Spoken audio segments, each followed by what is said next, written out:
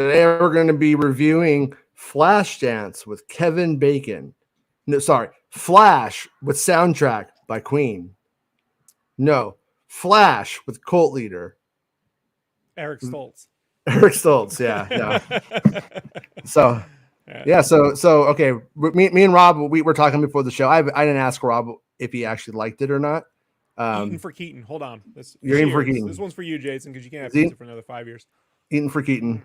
There he goes. This is for a revenge guy. Eating for Keaton. So, yeah. So while you have a bunch of pizza in your mouth, I'm going to ask you: Did you like The Flash? There are parts of it I like. I never felt inclined to walk out, so I like it more than Transformers. Sure. It's an action figure movie for certain. Mm-hmm. When I saw story credits and Joby Harold was on that list, I'm like, I knew there's something funny about this that don't fit right, you know. But hey, man, it's fun. Joby Harold has probably been on movies that you absolutely love. Like I said, Joby's done work that you don't know about. Akiva Goldsman is really he produces the Star Trek shows, and they've gotten better. I just don't want him near Batman. You understand what I'm saying? I'm not saying the man isn't talented. Just stay out. I don't know how that guy gets the keys to all these castles. I know he didn't write the final screenplay, but he got a story by credit. Yeah, a lot of people. And I imagine that's that multiverse stuff that he was probably more involved in. But yeah, man, look, it's fun. I think though, when people complain about superhero movies, this is probably what they're thinking of. You know? Interesting, because I hate all of their movies. Man of Steel, fucking bring a book. Bring a fucking book. That's what I say. I'm so bored. The Justice League can eat the ass of the Snyder Cut. I don't give a fuck. No, I don't think you make something bigger, it gets better. I think it is fundamentally just fucking boring. And so I didn't. So that's where I'm coming at this from. Okay. That I don't have a dog in the fucking fight. And I think that was the best DC movie of like the last 10 years or whatever. Like that was the best movie out of any of those films. All of those films to me are boring. Like if you guys like it, it's totally cool. Like you're allowed to like it. Like do you? But for me, it's me in a movie by myself. Yeah, I'm bored with them. Big problems though going into it to keep it from that. Like for me, like I don't like. This is nitpicky, but I don't like the way they utilize music in the film. Mm-hmm. Like Michael Keaton's giving this heartfelt message, and they're playing loud music over his voice. Like that's the time to shut up and just let him talk. Mm-hmm. That guy's carrying the scene quite well. Doesn't need music, stuff like that. The CGI, man. The CGI. Well, okay, I get why they did it. That's a whole thing. Why they did it. That's like a whole thing. I get why they did it, and they did it. Like, hey, we're gonna have a lot of CGI. It can't be all photorealistic, so we're gonna go for this look when he's in speed mode. But them babies, man, look like the Ally McBeal baby. Like we're back in like Pixar days, like early Pixar days. Okay, well, two thoughts I want to finish real quick. The first was I had so much fun with the movie that almost none of the other movies got the way and ruined it for me. I had so much fun. I thought the movie was funny and charming enough that the entire time I was like, I'm having fun, so I really don't care. Yeah. And then the baby sequence, which we'll use the baby sequence to get into the CGI, but we'll start with the babies. So the baby sequence first. As it's happening, I'm like, that is some of the worst looking babies I have ever seen in my fucking life. Since Ally McBeal dancing baby. But but like at the same time, like I'm like watching it with my two kids. And like when he's grabbing the burrito, putting the fucking microwaving in shit and eating the burrito, and like all of those moments are coming out, like the sequence, the scene is stellar. It's so good. The fucking dog, everything. It's fucking hilarious. It's really good. And then so as I'm looking at it, I started having like a debate with myself. I'm like, don't get too fixated on this right now because I don't know what the right answer is. But I'm like, if these babies were photorealistic, would this lose its charm and then now become a nightmare because it's literally falling infants? You know what I mean? And I'm like, is this working better? They wrote falling infants. I know, I understand. The whole gag is falling infants. So it's like when you see the infants go out the window, you're like, well, this is gonna get really weird. You know, like let's see how it goes. So I get the sequence. No, It's no, just that. thing is, Look, I'm going to address this right now. on a I'm not gonna visual try to do too many level. comments. I Mhm. love how Durkle, I don't know what your name is. I love how all these people complain about CGI yet praising Across the Spider-Verse, which is literally an all cartoon CGI. Yeah, Oh, it's a that's cartoon fine. CGI film that's consistent in its style and tone. This is a live action film that then converts whenever he goes into flash mode into pre Final Fantasy The Spirits Within level CGI, and then they turn right back to human babies. It's jarring, you know? Fact check. Fact check by Bestman Bulletin. Joe B. Harold wrote a draft of the Flash script years ago. He's credited with many others because the scripts shared just similarities. Yeah, So but it's the one of those Writers things. Guild decided to give them. There's Yeah. something in there that there's a 20% threshold that crosses into the final script. I- So Yeah, if it has, if it has, yeah, if it take has it like up a with certain, the WGA, dude. Take yeah, it up to the yeah. But anyways, literally, no, and yeah. Spider-Verse no, is a no, Donald Glover show, except they were doing different multiverses, and that was from the human multiverse, like the Lego universe. So it's right. consistent with its tone. This is him not jumping between different multiverses. Like he's going from a CGI baby to a human baby. Look, you can say No, it didn't bother you, but it's weird. That's not. I'm not saying it's no, weird. no. Here's I'm not the gonna keep thing. arguing with No, one dude. no. You don't have to argue with anybody. We could It's you like could when just Batman turns into a cartoon in 1989. I don't like you're it. just kind of setting you off.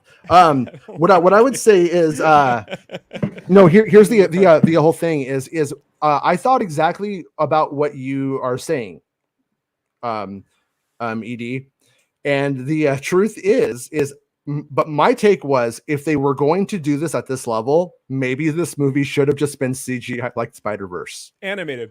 Yeah, That was where I, been CGI animated, that was where I Right. fell on it as I was watching it.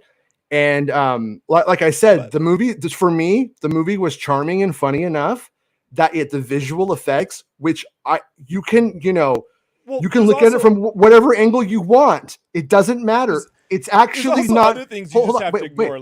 But it's $190 million movie because those visual effects are not top tier visual effects.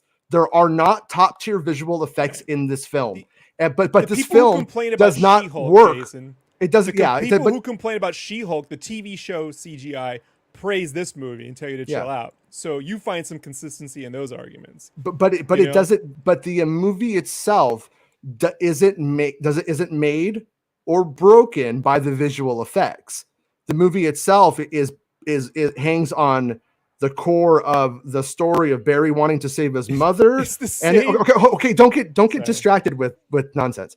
But it Barry hangs gets on distracted all the time. This is like two Barrys arguing, right? I'm the crazy Barry, and you're the not so crazy Barry. No, I don't know. We'll go that far. But the thing about it is the core of the movie is Barry's quest to accept death, and that he can't do it. And then on top of that, it's a funny, like very funny comedy. Like the comedy between the two Barrys is it works the whole entire time. And I would say that it pulls a very good Back to the Future Part 2 without Rob's weird hangups about Marty McFly playing his daughter and stuff. I mean, but like the Marty like running into himself. That's not just my weird hang up. It's just that is a weird hang up. It's people love not that. A weird hang up. That was. I get people. People love it. The Shaggy DA. So what? Right? He's a dog. People and love he's Jaws a cop. 3. What do you want me to do? It was in 3D. Jaws 4. You remember that one? People the wife has to fight the shark. Ninja Turtle movies. So what? Okay, you finally did it. You finally found the one I'll agree with you on. No, I knew I'll get there. No, but what I'm trying to say is it's like it's like is Star Wars ruined if Han shoots first? If it is for you, then you're missing the whole point of most of the movie. You know what I mean? That's what I think. And like so on that front right there, like I wouldn't die on a hill that those visual effects are good because they are objectively not good.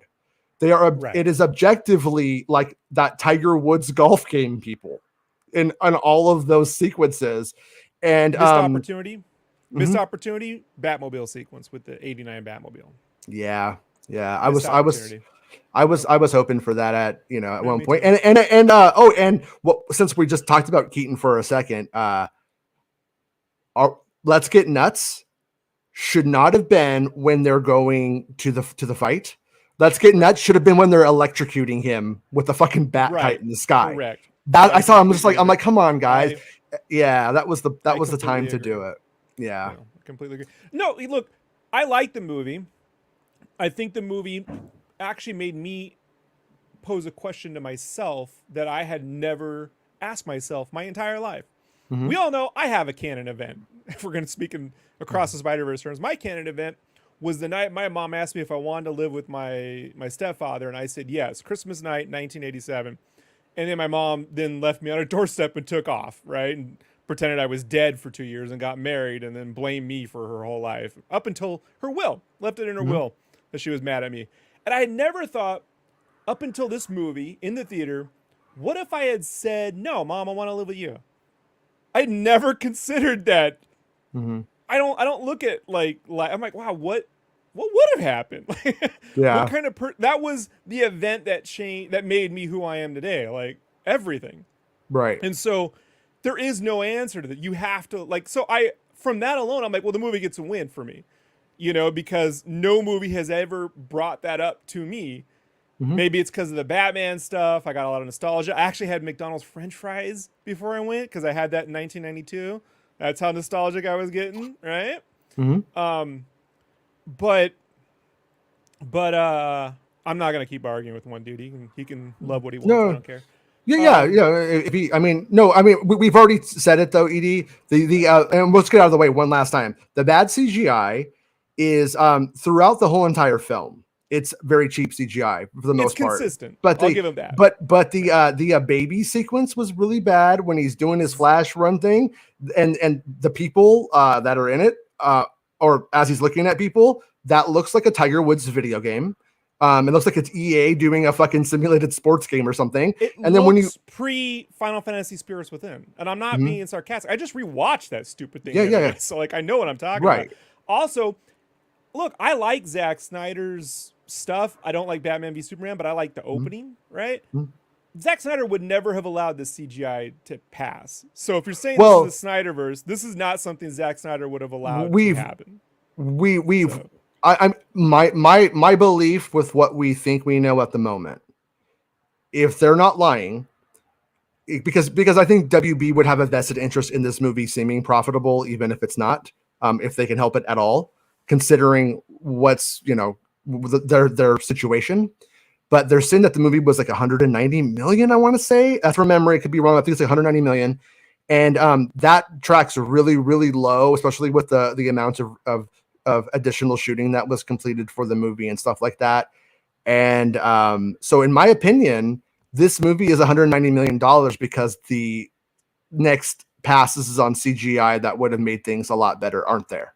They said good enough. And then, much like The Last Starfighter, if you ever watched the making of The Last Starfighter, I know it was on DVD, it's probably on the Blu-ray. They were supposed to have an extra year of post-production on the rendering. So all the rocks were going to look, have realistic texturing for the time. And Paramount or Universal, whichever, I think it was Universal, cut the plug. And so they're like, they interviewed the animators on that movie at the time, and they're like, yeah, it looks like milky ice cream. And remember, The Last Starfighter at the time was the biggest visual effects push since like Tron. Like it was a giant push. And the studio was like, Star Wars stuff is dead now. Cut your run, cut your money and run. So, but look, man, I had fun at the movie. I find some things. It's like when Barry goes to see his parents, and she's like, "You're so big and you're so old." Then he looks exactly the same age, and he's exactly they didn't like thin him out, like it's not like Skinny Steve when they did Skinny Steve Rogers and Captain America, like had they done Skinny, like they made another version of him, like done a skinny actor and replacement, that would have been a whole thing. He's just, I just grew out a wig and I'm just gonna act younger now. Like you look exactly okay, you just go with it, like fine. But I mean that falls into the same place for me with like the visual effects. It's like for me, I got to be honest, like this was obviously a superhero film, but it has like one foot in that like Bill and Ted space where you're just like, it's fine. I'm just gonna go with this because it's funny and I'm laughing and I'm having a good time, and that the ability to like do that in a like movie, a lot of movies want to do that, but they don't ever pull it off. I don't ever feel like I had fun watching movies that people call fun or that are supposed to be fun. This was I mean, for the whole time, it it only has a couple of spots where I started to feel like, oh, this is starting to drag. Is this going to turn bad? And then it's like, no, it didn't. But it only drags in a couple of places, like around the second to the third act. Connecting the second to the third act, it kind of starts to have a little bit of drag that hits. But other than that, I'm having a movie where I'm like, this is fucking annoying. I feel like I'm stuck in a T-Mobile commercial. When am I going to get to go home? You know, like there's literally, I could be watching anything. I was like, I could be drawing right now. I should just go home and draw. When I feel that, I'm like, we're in trouble. Oh, but yeah. It's like a date, you know. When I want to go home and play Zelda, you know, it's not working out well. And then when I don't want to go play Zelda, that's when I know I'm having a good time and it's fun. And that's the same thing that happened when I was watching the Flash. And just because I think that there's so many similarities, and it was brought up though, like Across the Spider-Verse is a much better film, tighter script. I would say the artistry of the Spider-Verse is in no way challenged by this movie. At the same time, this movie's like so fucking fun, like I said, like in a Bill and Ted kind of way, that I don't care. That it's fine. I mean, it reminded me of like Bill and Ted go through the fucking DC universe in a way, and not like that's me being a little colorful, but not entirely. Like young, who the people are calling Young Barry I just call him Dumb Barry. Dumb Barry's a Bill and Ted character, and he's raised in the suburbs and he's a fucking moron, but he's also very affable, you know, the whole time. You don't. You know, and Ezra Miller's a big piece of shit. And the whole time you're watching it, you're like, oh, I like this guy. I like this character. And knowing that guy's a piece of shit, which means he did a good performance for a piece of shit. And maybe he's not a piece of shit. I don't know enough about it. I shouldn't say that. But not for nothing, but I did enjoy the first couple seasons of the Flash TV show, right? Mm-hmm. Yeah. Who they got for Iris West is no Iris West that was on the TV show. I just don't see this Barry pining over that particular character. I just don't. I'm not buying it. Their chemistry, I don't see it. Yeah. You know, I wasn't getting that at all. But I don't get the chemistry in most superhero movies with actors and actors. You know, they rarely, like Winter Soldier. I believe those two were getting along. I usually just movie. I just chalk it up to the dudes have good abs, so it works for them. That's what I just go. Okay, yeah, he works out a lot, so shit works out for him on that front. But yeah. I mean, it was. I mean, like, I don't really, for me, like the Flash is a B-list hero. He's not A-list for me. Like, I don't think he's the same as Batman, Superman, you know, Wonder Woman. I think Aquaman and Flash. He goes back in time. No one ever's like, how did my mom get murdered? Like, who murdered my mom? That's never a question on the Flash's mind. Like, I think stuck the knife in her stomach. I was gonna say two things about that actually that I would have done differently if I was Joby Harold. No, Joby didn't do it. We know that Joby didn't kill her, and Joby didn't write it all. But what if I was Joby Harold? What I would have done is I would have had Dark Flash have killed the mom because he thought that by doing it he could do something else, and then that would have been what caused it. But then at the end, when Barry has the conversation with her, and she gets the hug from his mom, I would have had that be what makes her forget the tomatoes. And then it would have been like a whole conundrum because at the end of the movie, what happens? Almost like the Superman kiss problem. Right. You know? But then he ends up back home and everything seems fine. And then fucking Clooney pulls up. So we know he's not out of the woods. Either way you cut it. So I would have made the just like once the paradox started, then that would have, you know, and then he also exonerates his father. Well, the paradox that they're talking about is the paradox. Like, let me explain it to you like this. Like, you say you go. A video described this. I forget it, so you go look it up. It's pretty easy to find. But you wake up one day, you open the door. There's a book, How to Build a Time Machine, right? Delivered to you. You go, all right. You look at it, you read it, you build a time. It takes you like a while. You build a time machine, then you go back in time 10 years. Give yourself that book, right? So the question is, where'd the book start and stop? Ask Archimedes and Indiana Jones and the Dial of Destiny. The problem is degradation. So if the book never starts to start, it has to wear down over time. So eventually it's going to get to the point where even though it keeps going back around, eventually that book will wear down, right? Yeah, It creates a problem because of perpetual motion, because of entropy. That's what entropy is the problem here. I can't, because of an NDA, I can't say, but I ghost wrote a book once, and it was on something very similar, and I had a lot of conversations with the author about why that makes sense, and it was just bing bonk, bing bonk. You know what I mean? Right. And So either I there's a hate new the book, by the way. timeline, Don't and read then it. there's an infinite amount of timelines that can be created, or Yeah. it's impossible because if you go back in time 10 years, do you restart? Does the entropy restart at the 10-year point? But Well, right, but so you but can never go back further than when you were born. Well, Because you also, go when you go back in time, would degrade. Would I don't know. Well, it's a, yeah. I mean, if we're gonna get into like fucking string theory and shit, but in terms of the movie itself, spaghetti.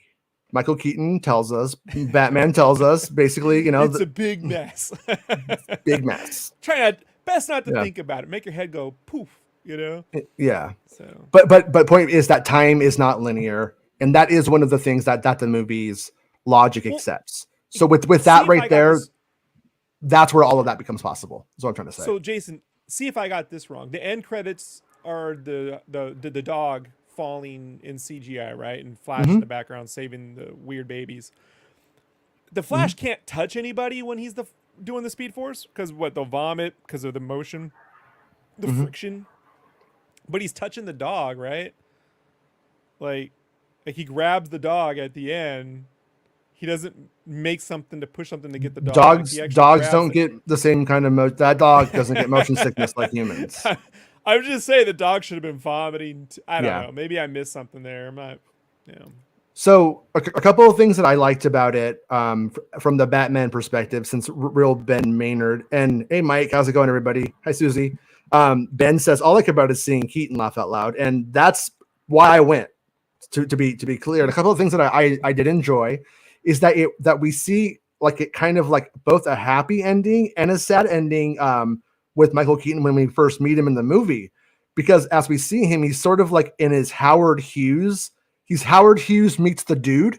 That's what I would say, and it's both good and sad. It's good because he did it. He cleaned up Gotham. He fixed it. He got the organized crime out. But they're all gone. But in doing so. And in doing so, he gentrified it because all the great architecture from that first film is gone. Yeah, it's gone. Yeah, but then we like, you know, but then we also get, you know, him that story of Batman rides again in this. Superficially, I would say like I understand why my friends were talking me down from being too excited about the Keaton side of it. At the same time, I don't think they understand how excited I was about the Keaton side of it, because I was pretty fucking happy. And my little girl, she gets me. And when we first start, she goes, "Dad, it's about to happen." And I'm like, "No, it's Ben Affleck." And she's like, oh, "Okay." But she was like pumped for it too. I really don't like that. I like the color costume, but the suit with the weird plates and the way his suit is designed, the production design, I find very odd. I thought of you when I saw it, and I agree. But I also was like, it's okay, because the only right answer is the 89 suit, but also the 89 suit would be the wrong answer if he's been Batman for like 10 more years or 15 years to clean up all of Gotham. It would have changed, and I'm like, Keaton suit wasn't as bad, but the Affleck suit is the one that I thought really looked weird. Like with the weird, like has like these polygon mesh things on here, and the material, it's plasticky. I don't know. To be honest, I really only like the 89 Batman suit, and strangely the new Matt Reeves one, just because I'm like, you did the cowl like in a crazy way, and I'm like an Adam West style or whatever. I don't know what you want to call that, but I'm like, I like it. And in the end, I actually liked that one. But the Miller suit that they did in BVS was pretty good. The company that did that, they do excellent suit work. They're very good. And then I like my Batman to look like not like he's gonna go play football with the bros. You know what I mean? Like that Ben Affleck muscle Batman thing. I fucking hate it. Like to me, Batman. But that's Batman. Miller I'm not gonna do not Frank bash Miller. The Dark Knight Returns. No. Bash the Dark Knight. Dark Knight Returns. Batman '89 without it. I like I like the script of The Dark Knight Returns. Honestly, people could crucify from this. The fucking art of The Dark Knight. Stop, Jason. Stop. I'm not into it. Watch I'm not yourself. into it. Watch it's just yourself. like, but it's also I don't also no, also I'm not. art Blasphemous. is different. Here's the whole thing. 99% of the time, I don't want art from comic books in film. I don't think it's a good idea. I don't think it works. Batman does not look agile when he looks like he's a 250-pound quarterback. I fucking don't like it. I don't. Yeah, that's not Batman. Don't. That's not my Batman. Not doing this. Not in this multiverse. In this multiverse, this Batman over here, Michael Keaton, that's Batman. Batman's a little guy. Masterpiece. Batman's a little guy. Visual. Batman 89 is a visual masterpiece. He's even a cartoon at one point. It is, aside from the cartoon bit. The cartoon bit's great. I just want to show you on that. But I showed that I pointed that out to the kids when we watched Batman 89 this week, and they were like, "Oh, that's pretty cool." I was like, "Yeah," because remember though, no. But here's the whole thing. What was the other shot just like it? Okay, let me ask you this: since you're on a Star Wars podcast, what is the other shot that used to be just like it, but that was removed? Do you recall? There was one that was just like it. That was just like it from the movie. From Star Wars. From Star Wars. Mm-hmm. With when he turns into a skeleton, the Emperor, when he gets does he get electrified? There used to be this really weird shot. Jason's cutting out. I'm cutting out? Yeah, you're cutting out. I'm here. Is your laptop properly plugged in, Jason? Yeah, it's getting a little warm though, but a little hot today. Stuck on frowny face. It's funny. Am I stuck to people in the chat, or is Rob just seeing me as stuck? That's the question. That's a good question. But anyways, on the skiff, there was a shot that always reminded me of the cartoon Batman, and it's like there's like a guy walking on the skiff, and he's like completely animated. Then the 97 version, they like added the frames into it or something. Like he's like walking fine now. When you see him now, he like looks cool. And then, but when you watch it, like, yeah, and like those two things. So for me, it was always like, well, when they do this, it could look like the guy on the skiff, or it could look like this Batman. And this Batman is at least has some artistic merit to it, you know? And whereas the other side of it was really shitty. But Michael Keaton in it though is good. I mean, I could also be kind of critical of the fact that like we do go with our Howard Hughes dude version of his look, just only to like 2 minutes later for him to like come in like cleanly shaved with no Alfred, just like shaving himself. And because he could do that, he's a man now. But he's like the other look. He can shave himself. Is he really 70? I cut my own hair. Is he really 70? He's up there, man. Yeah. Really? Yeah. Yeah. Mr. Mom is 70 years old. Who would have thought? Looks good, huh? Yeah. Oh, I need to look it up because sometimes you just make shit up. Hold on. Sometimes I do. No, I'm kidding. But wait. Sometimes I do. No, Michael Keaton. I wrote Michael Jeaton. In age. Yeah, you're right. He's 71. He's even older. See, Jason? 71. Talk some shit. Yeah. 51, 71 makes sense. So Miss Susie says, I haven't seen The Flash yet, but I already know most of the spoilers. To be honest, I just want to see Keaton. And that, like I said, that's why I went. And on that front, I was pretty satisfied with it. Also, because I love the old, like, that they kept like all the old dials and the the Frankenstein controls. The design of the computer stuff when he's using it. I like that he basically uses a BlackBerry or something to like hack that thing and run. Yeah, he's using a flip phone. Yeah, flip phone. Yeah. So like like all of that was good. I mean, like I said, I can't even explain to you how happy the bat kite made me because that's so fucking stupid. Dumb. But I loved it. Like I laughed I laughed in a really good way. Dumb. It was good. And but the question I started going while I was like, man, you know what sucks about Star Wars people is fucking when Michael Keaton dies. I just know how the Star Wars fans would handle it. They fucking killed my Batman, you guys. They fucking killed it. But I was like, you know what? In this movie, I don't know if that's going to be a discourse or not. If it was Star Wars, it would be, but it's not. So maybe it won't be. And it's like, it was kind of good because we saw Batman like live out like that. Our Batman live out his fucking like his success. This is what it looks like. And then at the end, like his problem is my whole life was predicated on the fact that my parents were dead. And then now, like, if without that, I don't know who I am, but now that I've sort of atoned it, what am I? And what am I going to do? So all they could pretty much do is like marry fucking Catwoman, like in the Christian Bale movie, or go full Howard Hughes and then, die quietly. But he kind of does that, but then he ends up going and then has like this one last good thing where he fights against fucking an alien invader of Earth with the fucking Flash. And then and we get 2 deaths from him. We get the heroic death where he crashes into the thing, and then we get the other death where he fucking ends up fighting the guy. But what I will say, that little Star Wars guy that cries about Luke Skywalker who's inside of me was a little mad that Batman dies to kill that guy and then like beats him in the fight, but then the guy gets up and then they have to fight him again. I was like, what was that wasn't smart. That wasn't smart. I didn't think that was a smart move. And just in terms of like the poetic license that they took with it, it's kind of a dumb idea. So yeah, and they had the other chick they could have utilized. They had that original actress. They didn't give her shit to do. She should have stepped in there, and that could have been the secondary fight. Would have, Yeah, for sure. So Sith Care Bear, who so far I don't believe has ever liked anything, says just got out of the Flash. What the F was that? So I told you, I could see how people look at it and go, "This is why I don't watch superhero movies." I could see that, I looked at it. With it I looked at it and I said, "This is why I haven't liked superhero movies in the last 10 years from DC."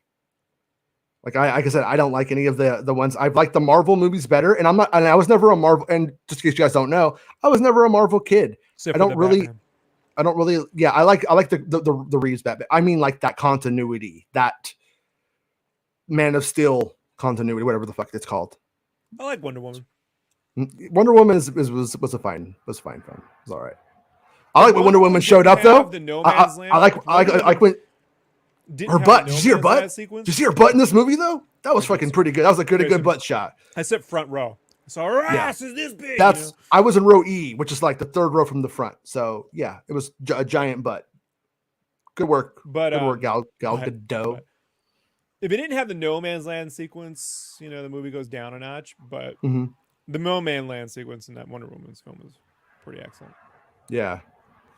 What surprised me a lot about my screening of it, Seth Care Bear said nothing hit home for him. Like my audience was 3 o'clock audience wasn't crazy like into it, but they were everyone laughed.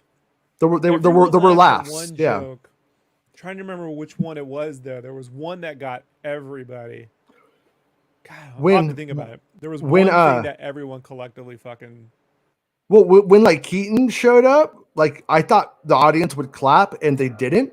But when Clooney showed up, they all started fucking clapping. And I was like, who gives a fuck about Clooney? I mean, it's a funny joke.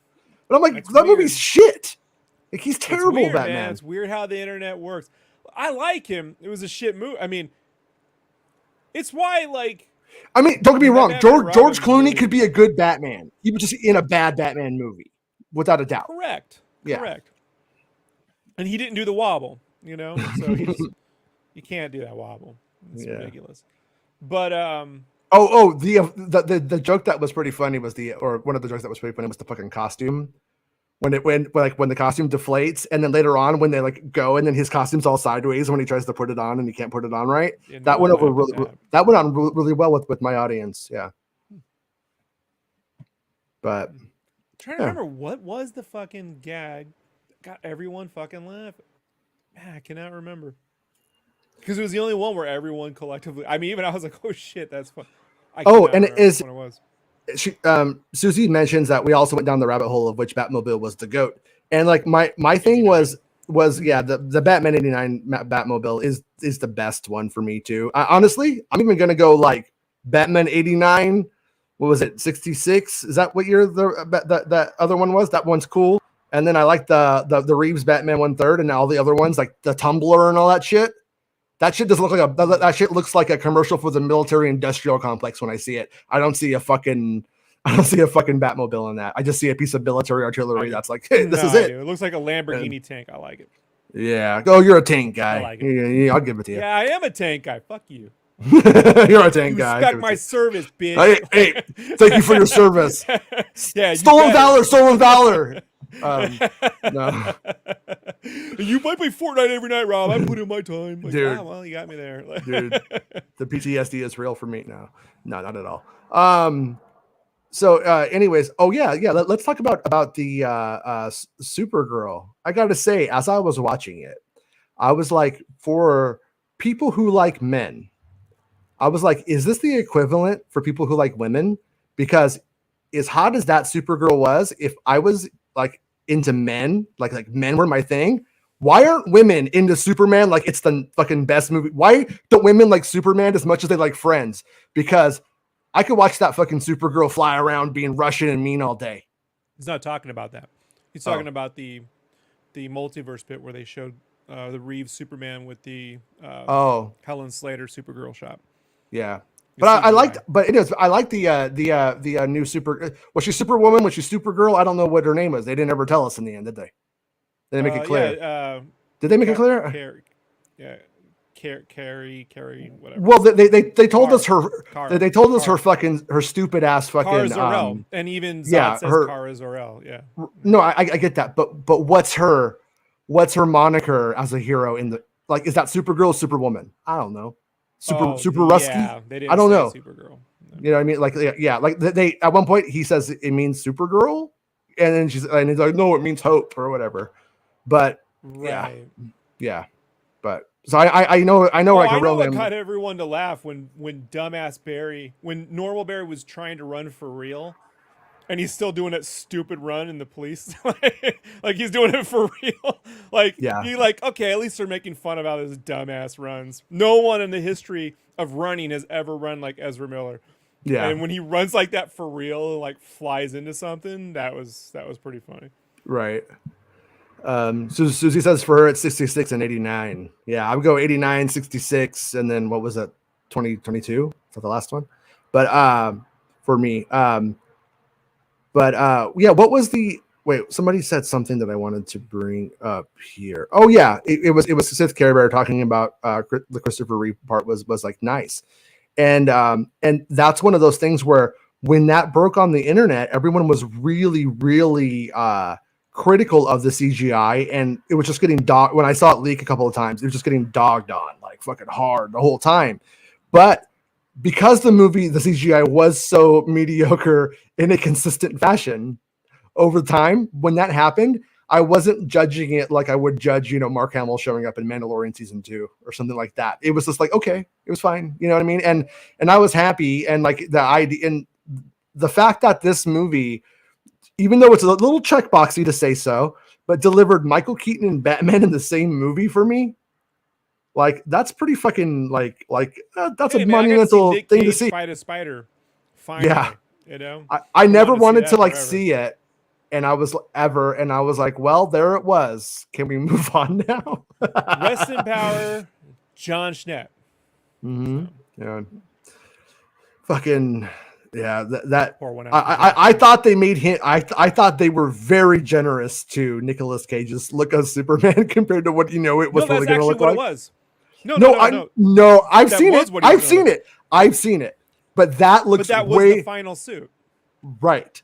But he was not going to look as good in that suit or in the test shots of in that suit as he looks in the film. And so I'm saying good job. You made it look very good. Yeah, he would have. He would have looked that movie would have looked like Wild West.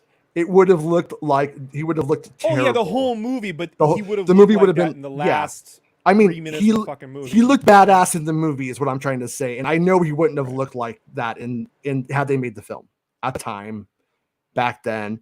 I mean, I guess maybe it's possible, but I'm cynical that I thought this looks better than it would have looked in every single way. And we've seen him in that exact suit, and he looked pretty good at the time. So remember, he was really ripped at that time too. Go look at Con Air. I mean, he was in pretty good physical condition. So I'm talking the way the fucking hair is flow. I'm talking everything, dude. Like put together, like it was like it was sold. Man. Like Tim Burton was pretty good at that time. Like even like Mars Attacks, people look good. You know, like he didn't get weird until Planet of the Apes and Willy Wonka and all that shit. I still stand Mars it would Attacks have been gets a pass because of the subject matter. I think Mars yeah, but it Attacks looked is the cool. descent. Yeah, but it looked I cool. know it does. It What I'm does. trying to say is like Tim Burton was still firing. Like Sleepy Hollow still looked good. So Sleepy Hollow is like the last good movie the guy made, probably. right, he would have made this before Sleepy Hollow. So I Yeah. think it would have looked good. I think it would have tonally. It would have been somewhere between Batman Forever and Mars Attacks. I'm not even gonna kid you about that. Yeah, but the thing about it is like Sleepy Hollow looks good because it's just doing Hammer horror Victorian. He knows what he's like going for on that. And No, it definitely looked good. But what I'm saying is like, yeah, Tim Burton he lost something. Something happened. I don't know what it was. Planet of the Apes. No, right no, that's it. That's the movie that did it. Planet of the Apes. Since the 80s, he lost like, I don't know, he stopped listening to Devo or something. I don't know what it was. You know what I mean? Something changed. His heroes changed or something. I don't know what it was, but something just fell off visually entirely though. Even that new Wednesday series is fucking good, but it's not that good. I like the girl who plays Wednesday. I think she's charming. She's a good actor, but it's it's not the old, Keaton magic. I mean, Burton magic. It's no Beetlejuice. No Beetlejuice at all. Right.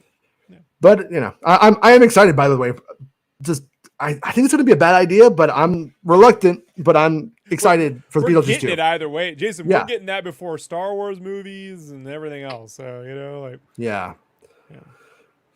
on that one, I go like, man, like Batman '89. It's timeless.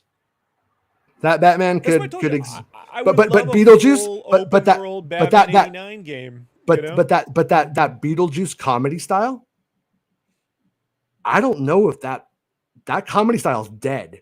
That's like a Howie Mandel, Robin Williams. I talk really fast and say a bunch of outlandish shit. Can you believe what he just said? Oh my god! I believe that. Except I've been rewatching that 2014 Muppet Show, and the comedy on that's so good. It's so like smartly written that I'm like, I guess it's still out there. They're just not hiring it these days, Pepper Dion says Burton only directed 2 episodes of he only directed 2.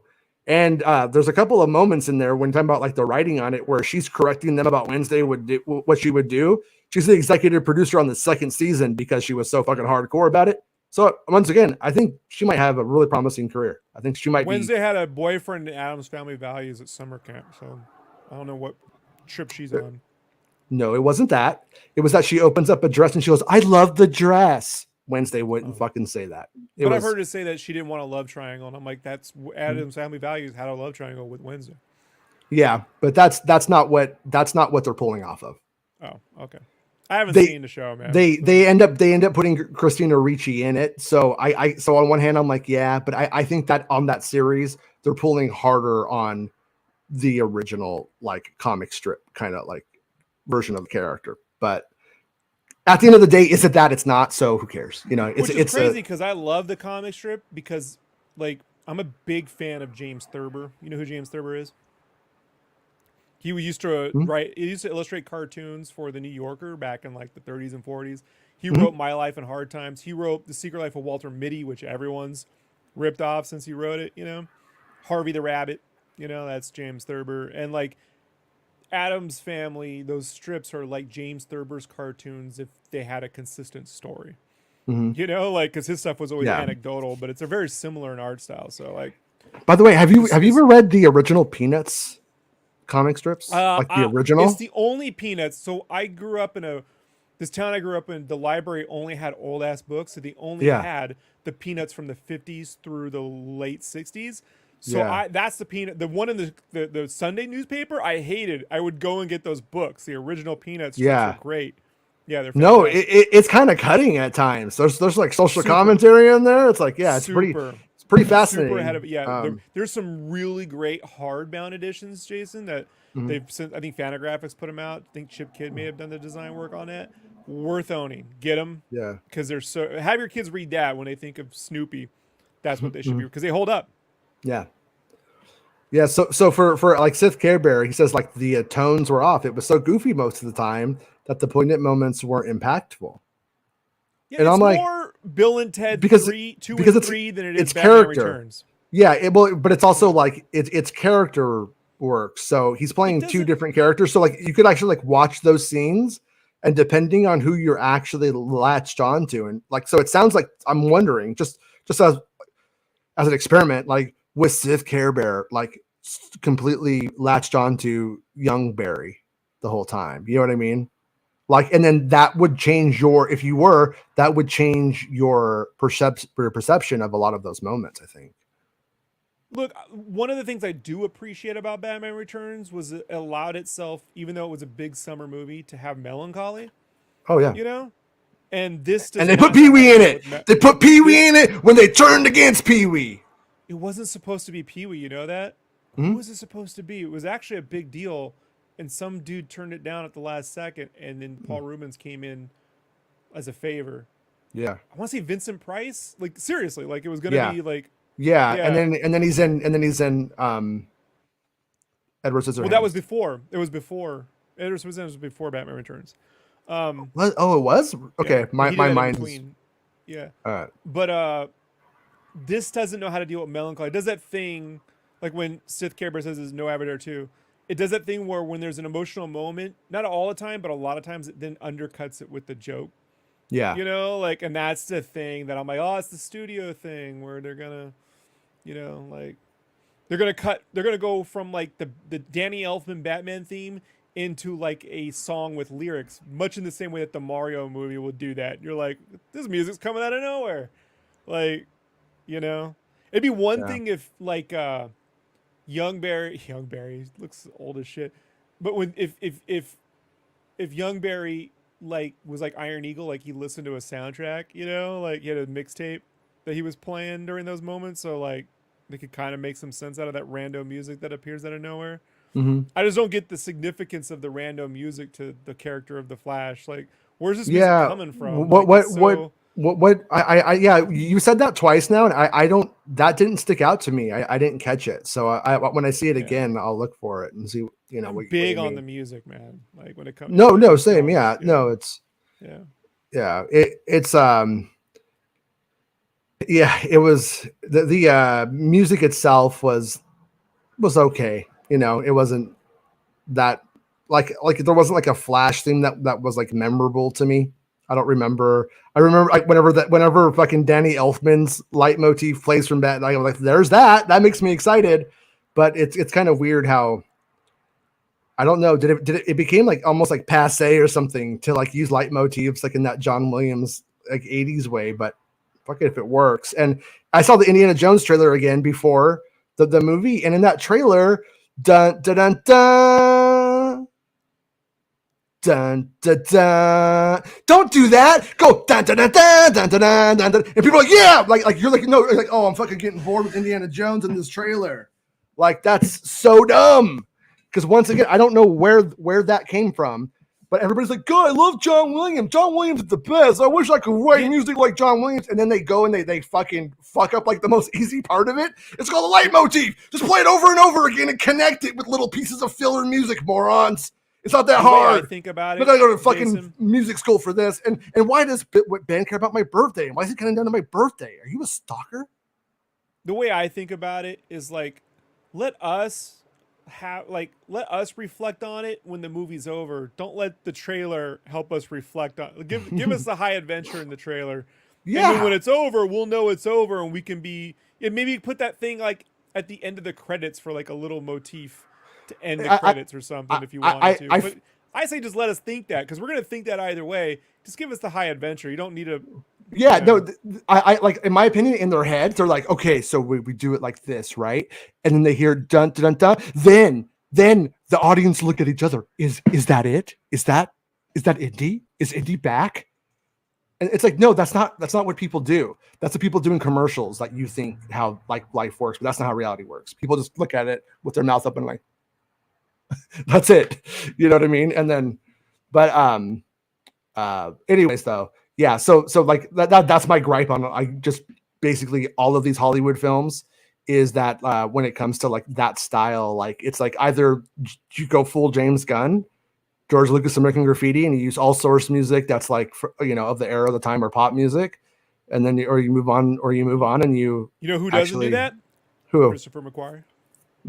Doesn't do it. Yeah, but you know what he does do? He supports a fucking space cult, bro. A fucking space cult. But we can just hedge and bets at that point. You know?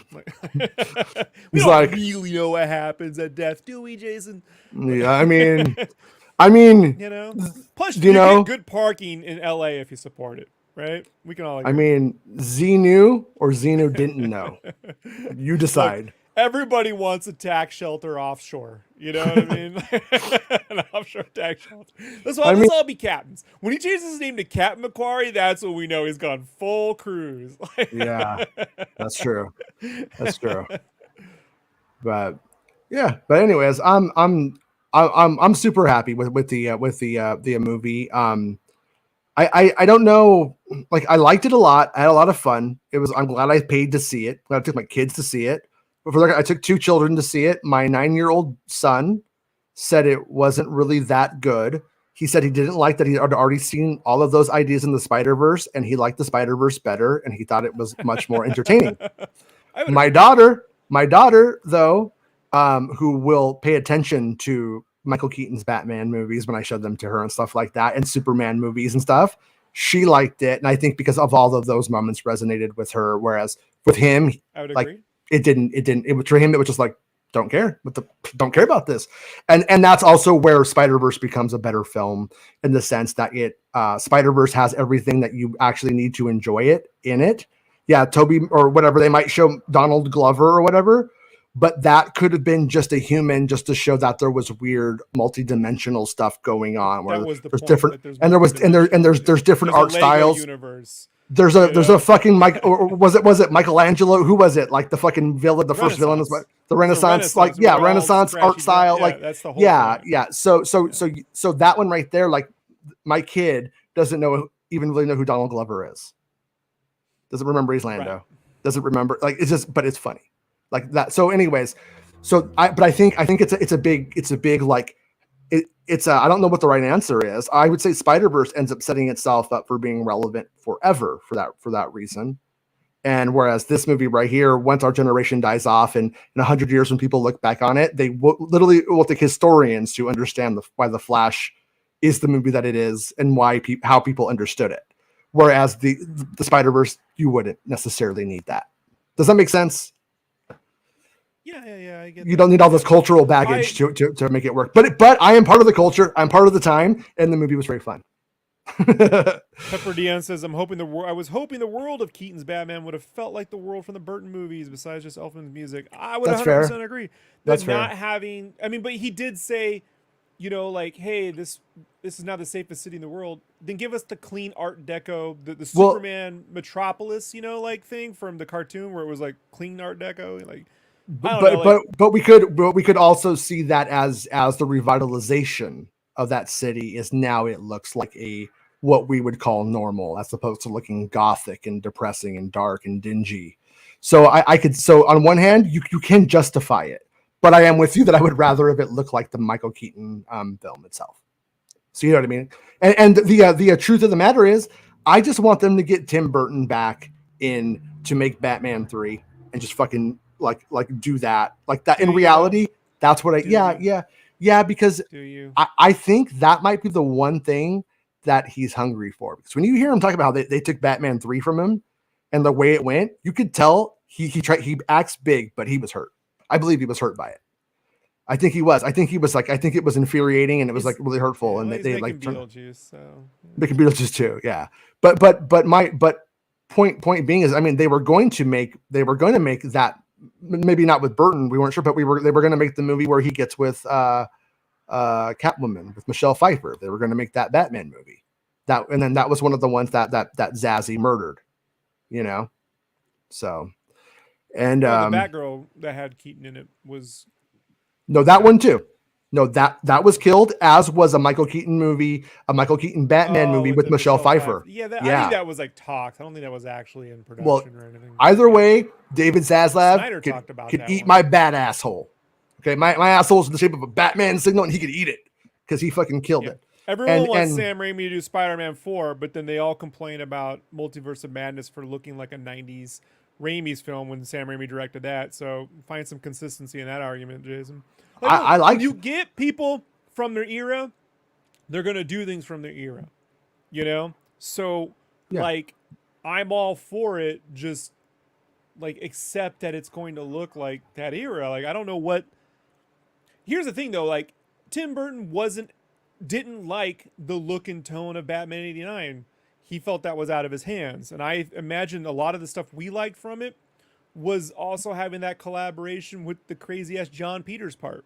Yeah. You know, the John Peters is the guy who probably brought in the Aliens look. And Tim Burton was like, no, I want it to look more macabre. And so Batman Returns is...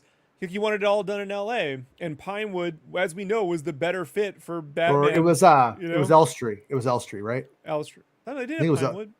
Really? Okay. I thought it was Elstree. Well, it's the same fucking refinery that they had. You know what? Aliens, right? It's those same limey bastards. We know. Same limey bastards. We don't care. So, they're all the same over there. Fish and chips. Right. So, you know, like, although it's funny, you know what I love about Batman Returns? Governor? There's actually Ninja Turtles in the store, the toy store. There's Ninja Turtles merch in the toy store. So it's our little Ninja Turtles connection to Batman. Yeah. I love it. Yeah. Yeah. But, the other day, Dave says effing Zazzy, and Bespin made me admit that Zazzy was the one who wanted to release Evil Dead in the theater. It's their most profitable movie of the year. He's like, you got to give Zazzy the credit where credit's due. But I thought about it when I saw the trailer for Blue Beetle, and when Blue Beetle bombs, I'm just gonna say he's just making wild choices that don't make any sense. And some of them make money and some of them don't. It's fucking rich guy. Yeah, it's a rich guy failing upward kind of thing. But if Blue Beetle comes out and is the most successful of the movie of the summer, I'm like, hey, you know what? Zazzy's a fucking genius. I don't understand. This guy's working on a different level. But look, I'm there. sure I told you, I'm the first one to say I can't tell what a movie's gonna make. I don't know. I don't think there's no one can. anyone who tells you they got it all figured out. Nobody has it figured out. Nobody thought Top Gun was gonna make 1.5 billion dollars, dude. Nobody was like, that's the winner. So, like, you just don't. What I think, and I was thinking about it. When I said it, I didn't realize why I was saying it, but I've thought about it. And I said, I think the most important factor we have right now is word of mouth. I think that is the thing. And not because of the internet or anything else. It's just that I think people at this point, especially with younger audiences, and the theaters I go to are mostly families and kids, okay? Okay. I'm the only single fucking 40-year-old walking into the movie by myself. It's all groups of people. They're bringing their friends. You make us nervous, you stranger. Danger. I make everyone nervous. No, I'm kidding. So I have that. It's eyebrows. I have Burt eyebrows. Oh, especially when I'm the only one wearing a fucking mask too when I go to the theater, so that flips everyone out. I've taken my kids to Universal Studios twice, like in the last 3 or 4 months, and when I go to a Nintendo Land, I keep meeting these guys in front of me by themselves with a big old backpack, and I'm like, is this guy gonna start fucking taking this out in a second? So I'm like watching him. I'm like, but it turns out it's just a lot of really sad adult men who like Mario and Illumination. Shut up. Shut your mouth. What are those little yellow guys called? Those little yellow guys? Minions. The Minions. I like the Minion movie. A lot of sad adult men really are about the Minions by themselves, and I'm like, can you get the fuck out of here? I love get the King Bob. fuck away from my 7-year-old child, you fucking weirdo. You don't belong here. But yeah. But what was I trying to say? Oh yeah, sorry. I think that if the movie is fun, they bring their friends, they bring their family, they tell people to go see it, and I think that's just the strongest thing that's going on, right? More than the trailers, more than anything else. So, and that explains Puss in Boots rebounding from complete financial failure to a $400 to $500 million run, which it would not have had. It would have been out $300 million if it wasn't for strong word of mouth. I feel like this film is going to potentially say something about the viability of cameo usage in films on that very level, because while the spoilers have been out for the most part, people don't know, But like when I go to the grocery store and some guy who's like 45 says, "Hey, it says my Flash shirt or something. Let's just pretend." Then I'm like, I mean, "Hey, do you know that fucking Christopher Reeves is in it?" He'd be like, "No shit." Then that guy's probably gonna go and see it, right? But if those conversations don't happen, because then that kind of thing doesn't really get that I gotta see this, like I gotta see that moment kind of stuff. Then and I'm curious if this movie should do that, but will it? I don't know. Will the movie have legs? Because the movie's had a weaker opening than most people thought, I think, so far. But will that give it legs and will it help it and stuff like that? Because I have a theory that I'm really afraid of right now, and it's sort of a conspiracy theory, but it's the way it goes. Like when you look at what Zazie and you look at what Iger are doing with the streaming services, where things are going, Zazzy's come in with a bunch of terrible ideas and everybody loves them. And I'm of the opinion that they have agreed to, like, we're going to do streaming services this way. And if we all do it, they can hate us all, but they're going to need the product. So none of us really get hurt if we all do it. It's like a coalition, right? And I keep worrying that this movie's successful and then visual effects now, they're like, you know what? Like we all agree, yeah, nobody's going to do $200 million visual effects movies. We're going to do it under $200 million. We're all going to keep it under there. We're all used to the same visual effects houses. We're all going to keep it at this price point, and we're going to be profitable, and the audience will get acculturated to it and used to it. At the end of the day, it might become like a thing where we all just step away from visual effects films and we move back into a 70s paradigm if they were to do that too hard. Not gonna happen. But would they do it? Have they talked about it? I bet you they fucking have. I bet you they have. It's a conspiracy theory, so I might be getting crazy. But but my fear is if Flash ends up being the best movie or the biggest movie of the year, that we don't see $200 million visual effects movies on purpose. We see them all being under $200 million. None of this like egregious spending on Star Wars and stuff. The amount of money, it's the volume of effects shots. You know, when you're like, hey, I need a multiverse with a million fucking Spider-Mans all over the place, but it's all going to be photorealistic. So the humans will, but then everything else will just look like plastic, and who cares? Because, like, okay, but what I think that will do is nature abhors a vacuum. So if everyone's doing CGI cars in Fast and the Furious, and someone comes along and does something like Fast and Furious, but the cars are tactile, right? And it's realistic and it gives people that feeling, then that might be the one that makes the most money. So if everyone does the same thing over and that's over what Star Wars does. That's what stands out. That's going to win. No. Eventually, Avatar 2 benefited from having a story that didn't have people making jokes every 3 seconds to keep the audience laughing, like a lot of big tentpole movies do. You know, like, but what you have with what most people don't realize is if you were to go look at, like, let's say, like the original Transformers film. I think maybe I'm being a little too kind, but I'd say that the original Transformers film has better visual effects than the Flash film. There's a lot of physical stuff though. Michael Bay uses physical stuff. They're ripping buses in half. Rob, it's not the point I'm trying to make though. The point I'm trying to get to is that what they do in the visual effects industry is they do the same shot 4 or 5 times. They pay a visual effects house in India to do it first. Then they do it second. Then they have somebody else do it third, and then they have somebody else do the final. And with the Flash, I just don't think they did that. I think with the Flash, they did like 50% of that, and then said good enough. I think you're underestimating how much compositing plays into all of this. Yeah, and I would really stress watching Hugo's desk. He's a professional compositor, actively working in the movie industry. And a lot of things that people consider just to be CGI is actually more compositing than anything else. And you can look at this when people do like their own. Here's me doing an Avatar rig or a CGI rig, and they put it next to the movie, and they're nowhere near close. It's because of how many passes the CGI gets, and it gets composited together. And like compositing it's tedious, man. Well, look at it's crazy. Dave brings up some things. So Ant-Man 3 CG was absolutely horrendous, and it's like, and you're right. And maybe what I'm fearing already happened, and I just picked up on it. And Flash and Ant-Man are the start of it. I mean, stylistically, Digital Domain did MODOK, and they went with this sort of deep fake thing versus a CGI character that was motion. So they're using AI procedural on the animation and a deep fake composite to kind of put it all together. and they thought it looked odd and funny, so they went with that look. Personally, that's, in my opinion, that's the director's fault, but I don't really know if that was Victoria Alonso, like who was head of VFX production. If she makes that call on the Marvel films, I can only assume, given the way Loveless, the writer, talked on Jeff Goldsmith's podcast about the development of that film, I think Peyton Reed had more to do with those decisions than anything else being okay with it. Yeah. So, yeah, man, like I'm not a fan of Peyton Reed's work. So, many, plenty of ways to point the finger.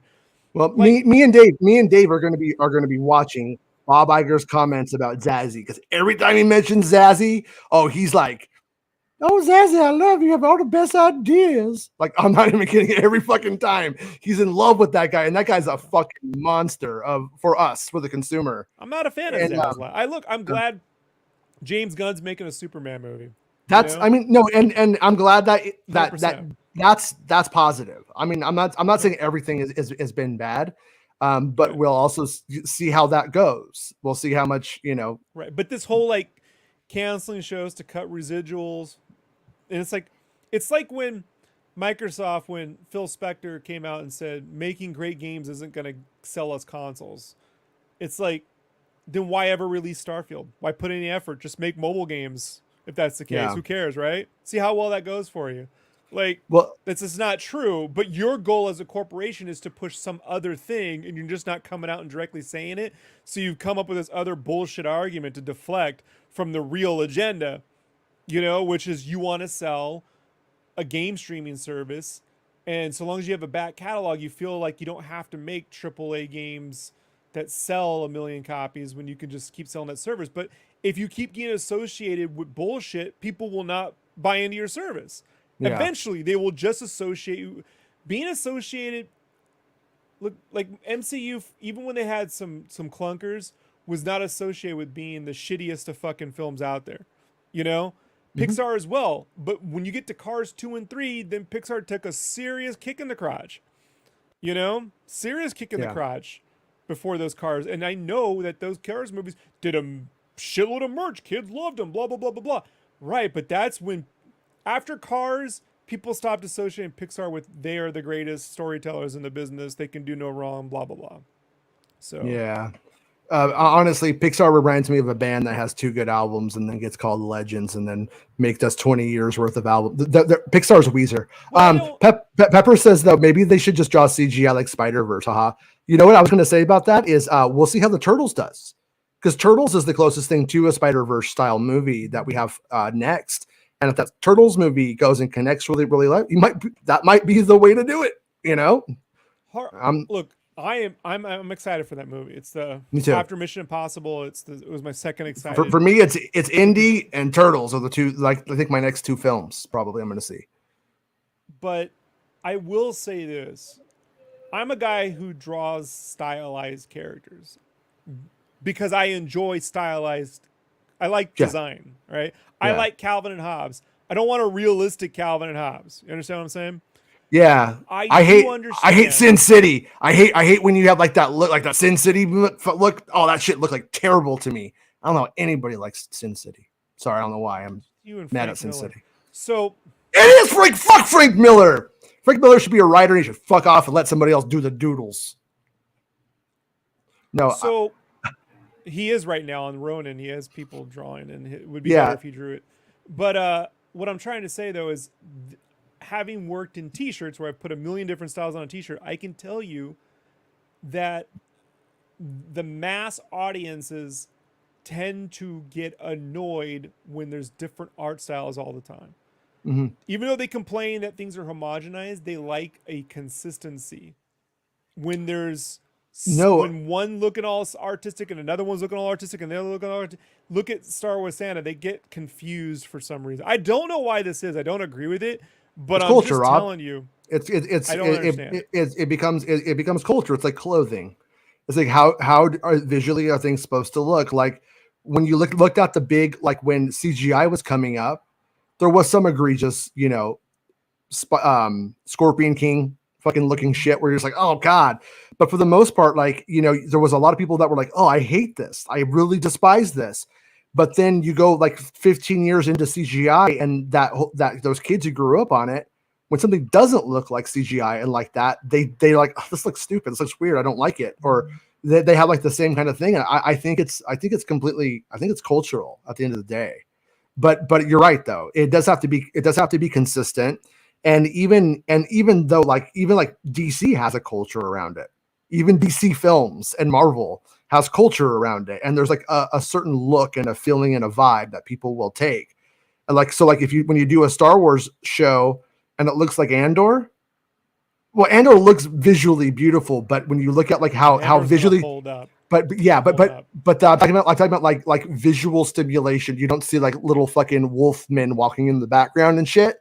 Like some of those people that they just can't take it. There's like, where's the robots and stuff like that. And it's like, and I get it to an extent. I understand it, as I should say, but I don't agree with them. You know, it's in the book of Boba Fett. Go watch. He's got a robot. Mm-hmm. Everyone loves it. But remember that little dude, that little dinosaur in Kenobi. But anyways, my only part of that thing I love was dinosaur. Give me. I want the dinosaur guy series. Fuck it. Ben wants to know if you're watching Warriors Eternal from Tartakovsky. He likes the first few episodes so far. I'm not watching it, but I did watch the trailer. It looks cool. Yeah. Guys, I'm so busy right now. Like taking time out to be on camera right now. Right. Yeah. Actually, why don't we call it? We did an hour and 11 on Flash. I have to be drawing probably till like 4 or 5 in the morning right now, guys. Like. Yeah. So if it weren't for Keaton, I wouldn't be doing this right now. Yeah. If he was eating with Keaton. Honestly, I'm eating for Keaton. Honestly, he acts like it was Keaton. Maybe it was even us second, but in reality, it was that pizza. It was that pizza. That's why he did it. I don't blame you because right now I'm gonna go get some pizza too. It sounds good. But no, I'm don't hungry. Diet, Jason. I'm hungry. Don't do it. Want me a pig's head? Want me a pig's head? Go to Miami. They bring him to the courthouse. Oh man! All right, everybody. We'll be back tomorrow talking about the Star Wars news du jour. There is news to cover tomorrow, so we'll be back. I think. Turns out George Lucas bought back Star Wars and then went to the Indiana Jones premiere to gloat about it. Yeah, so we'll talk about that. We'll have him on. Yeah. Poor George. Doesn't look great. But we'll be back tomorrow. Same bat time, same bat channel. And let us know after you guys see the movie, if you haven't seen it, in the comments, like if you liked it or not. You know, just curious to what you thought. You can share it with us. And there's no right or wrong answers as far as I'm concerned. If you had fun, cool. Like Sith Care Bear, you didn't, cool. If you could, I don't really like number scores, but I'd probably give it a 7 out of 10. That's exactly what I would have said. Yeah, a fun 7. On the same. Yeah, we're on the. A very fun 7. If you have no connection to Keaton or anything else, this might fall into a 6 or an 8, depending on preference. You know, I was really happy to see Keaton. A 6 and an 8 for most people. You know what I mean? For the average audiences. So yeah, I had a good time. 2 or a 1 for 20% of them. So all right. Well, all right, Rob. Enjoy your night of drawing and pizza and heartburn if you get it. Nope. And but tomorrow, we're going to do it tomorrow. Tomorrow we'll be back. We're talking about Star Wars. All right. Bye, everybody. Bye, Rob. It's the end of the show. Come on, let's go. Hey! It's the end of the show. Come on, let's go. Hey! It's the end of the show. Come on, let's go. Hey! You know you should go. Come on, let's go. It's not about spaceships.